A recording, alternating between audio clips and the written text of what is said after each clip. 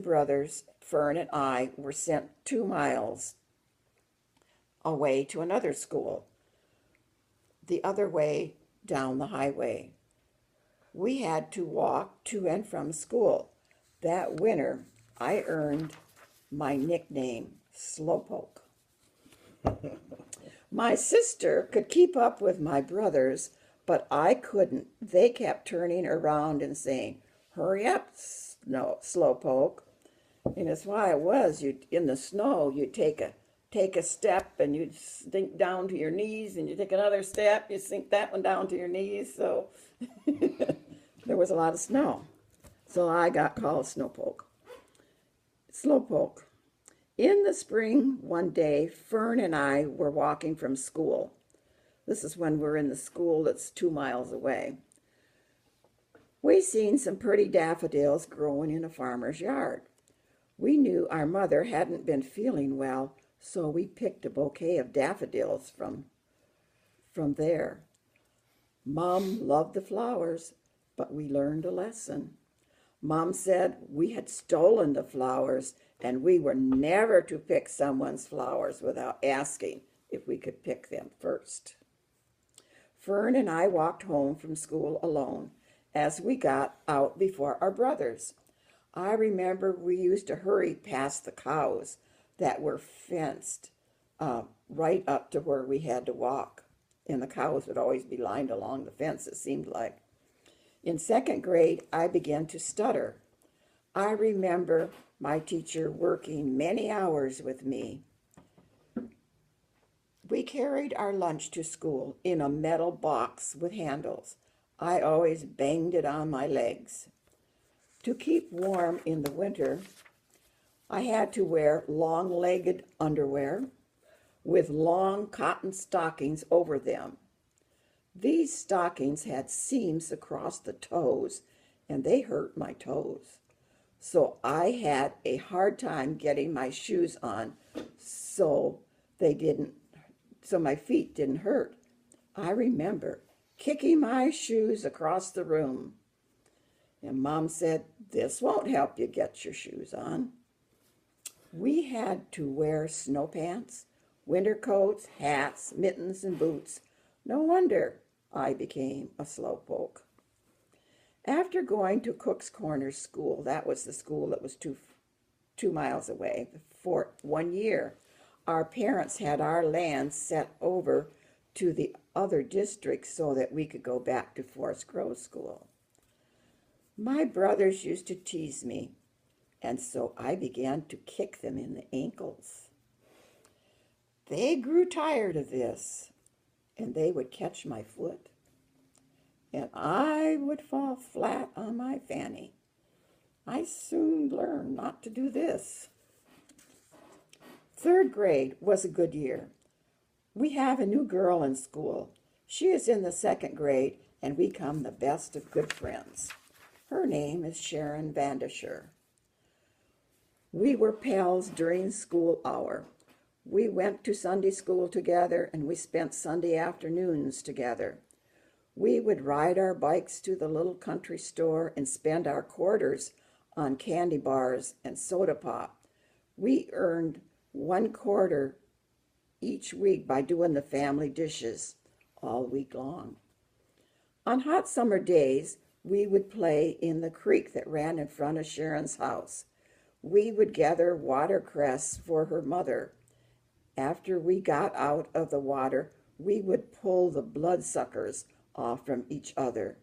The bloodsuckers were short worms that would attach themselves to our skin, and they would drink blood like mosquitoes do. Yikes. They were just about that long. Yeah, And the watercress, Sharon's mother would cook it for us and we would eat it. Sharon had an older brother. His name was Ronnie. He sometimes joined us over our Sunday afternoons, along with my sister Fern. Miss Patterson was our teacher. Miss Peterson was our teacher at Forest Grove School. Every spring, the whole school, along with Miss Peterson, played softball after lunch. We got real good at the game, and we would play against the other country schools. Forest Grove School always won. We made our own baseball diamond using stones for bases. There were many trees in our schoolyard, and every fall we raked the leaves on and put them on our baseball diamond. For we had worn the ground down to the sand. Miss Peterson let the older students cut branches from the trees and with their jackknives made points on them. We would invite the parents to come on a Saturday, and we set the leaves on fire, and we had a big hot dog roast and roasted marshmallows too. It's a wonder we didn't set the whole place on fire. And we never even had water buckets or anything around it. But I guess it was on sand, so I guess it was safe. Yeah. Each Halloween, we decorated our school with construction paper, jack-o'-lanterns, witches, and goblins. We had an all-class party. I remember the game I liked best. We tied strings to apples and then tied the apples on a long rope across the room. We had to see who could be the first one to get a bite of their apple. We always had cider and donuts. And always the boys always won. They always got the first bite out of their apple before we girls did.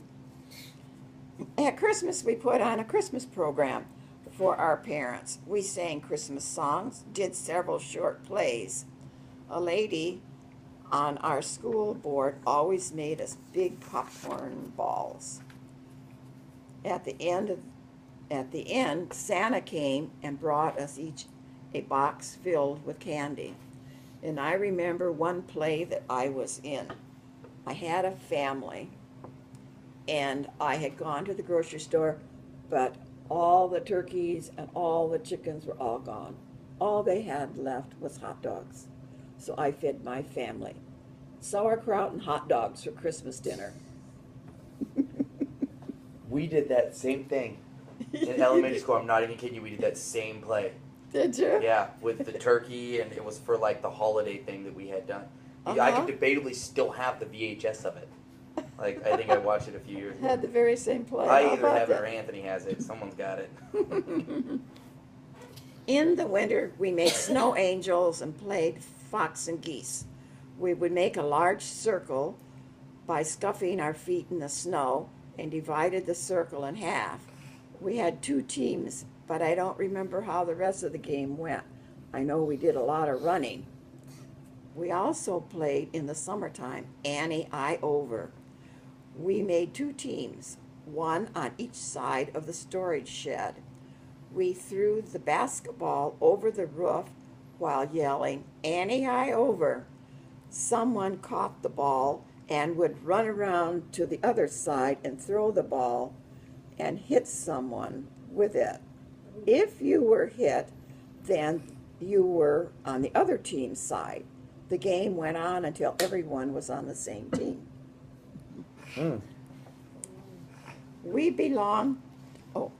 I belong to FHA, which was Future Farmers of America, Future Homemakers of America.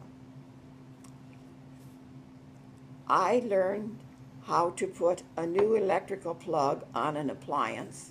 I also learned how to sew.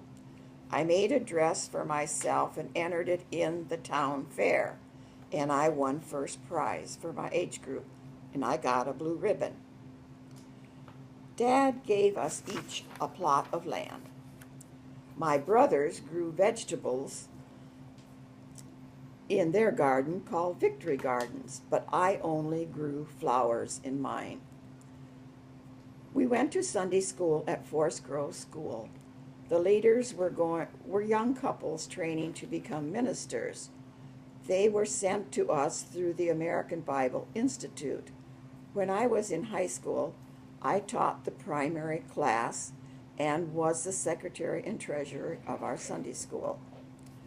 We went to Vacation Bible School at Forest Grove School, too. We went for 2 weeks every summer. We learned Bible verses and stories, and Fern and I both loved to sing. We looked forward to going each summer to Bible school. Across the road in front of our house and across the field was a blackberry patch next to the woods. One afternoon, Mother, Fern, and I went to go to pick blackberries. Mother made the best blackberry pie. All of a sudden, Mother, in a very soft voice, said, "Girls, don't say a word," and start walking backwards.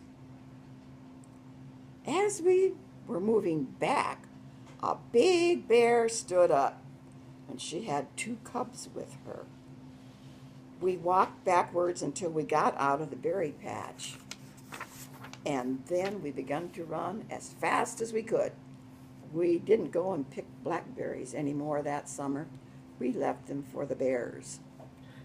Later on that summer, Fern and I were playing outside, and we watched these same bears come out of the woods behind our house and across the orchard, cross the road, and I think they were going to pick blackberries. We never saw these bears again. My father could yodel. Have you ever heard anyone yodel before? Yeah, I can yodel. Yeah. He tried hard to teach me, but all I could do was whistle. I could listen to him yodel forever. One of my dad's friends had a dog. He didn't want any longer. A bulldog. So Dad took Fern and I to see her, the dog, and we loved her, so we took her home. Her name was Toots. It was fun when she had puppies. We had to find homes for them. She lived a long time, way after I was married and when she passed on. Down our dirt road past the highway was the Taylor farm. They raised milk cows and pigs. One day, Mr. Taylor told my dad he had runt piglets. He wanted to know if Fern and I each could have one little pig. So my dad said, okay, but when they grew up, they would become meat on the table. Fern and I said, yes, that would be fun. So I named my little pig Patty, and she was pink, and later on she turned white. Fern named hers Blue Blood. Hers was black with a white band around his belly. We slopped our pigs. We mixed grain with water in a pail and then poured it in their trough. How they grew. They began to dig underneath the fence and were getting out. They dug with their nose. So Dad had a vet put rings in their noses so they would not get out of their pen. If they got out, we had to catch them. So they got bigger. Fern and I couldn't catch them. They became too big. So our brothers had to do that job. Soon it was butcher day. We couldn't watch, but they were shot in the head. Then their heads were cut off. Then they were hung by their back legs in our apple tree. They had to hang there till all the blood had ran out from the meat. Grandma Whitney, she made head cheese from the heads of the animals, and Mom canned all the meat. Fern and I could not eat the meat for a long time. But when we did, it was so good. We raised chickens for eating and for eggs, and one night our chickens were making a fuss. So Dad hopped out of bed and he shot his gun up in the air. And when he did that, he seen someone run out of our chicken coop with a chicken. It was the Depression years. So this man, he just needed food for his family. Whenever someone got sick, Grandma Whitney was at our house, she would go